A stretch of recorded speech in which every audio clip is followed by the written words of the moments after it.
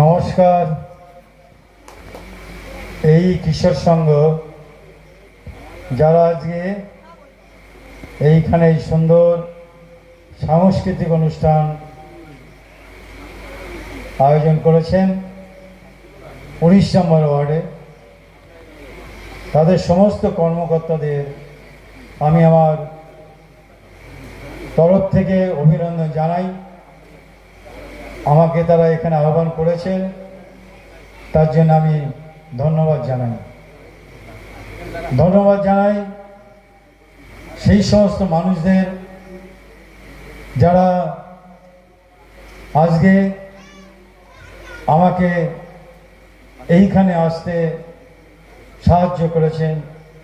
সেই জনতা জনার্দন এখানে উপস্থিত হতে পারেননি অনেকে, প্রাকৃতিক বিপর্যয়, সেই প্রাকৃতিক বিপর্যয়ের মধ্যে যারা বাড়িতে আছেন, যারা ঘরে আছেন বা যে এখানে উপস্থিত আছেন, যারা সকলকে আমি নমস্কার জানাই যে আপনাদের জন্যে, আপনারা জনতা জনার্দন, আপনাদের রায়ে আজকে আমি এখানে এসেছি, আপনারা এখানে এসছেন সবাই।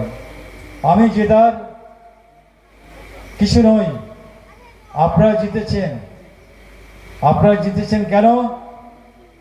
আপনারা ভালো কিছু চান, ভালো কাজ চান, সংস্কৃতি চান, অশোকনগরের ঐতিহ্য সংস্কৃতি। আমরা এটা একটা সংস্কৃতি প্রবণ এরিয়া, সংস্কৃতি প্রবণ অশোকনগর।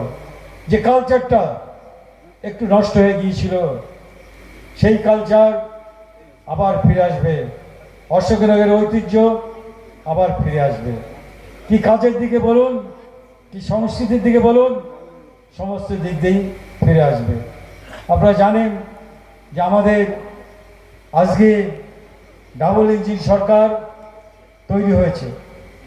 আমাদের দায়বদ্ধতা অনেক বেড়ে গেছে, কেননা কেন্দ্র রাজ্য সমন্বয়ে এই যে সরকার ডক্টর বিধানচন্দ্র রায়ের সময় ছিল, তারপরে 49 বছর পরে আবার সেটা এসছে। আজকে সেই সরকার, কেন্দ্র এবং রাজ্যের সমন্বয়ে যদি সরকার চলে, তাহলে তার একটা আলাদা মাত্রা পায়, আলাদা তালিকা পায়।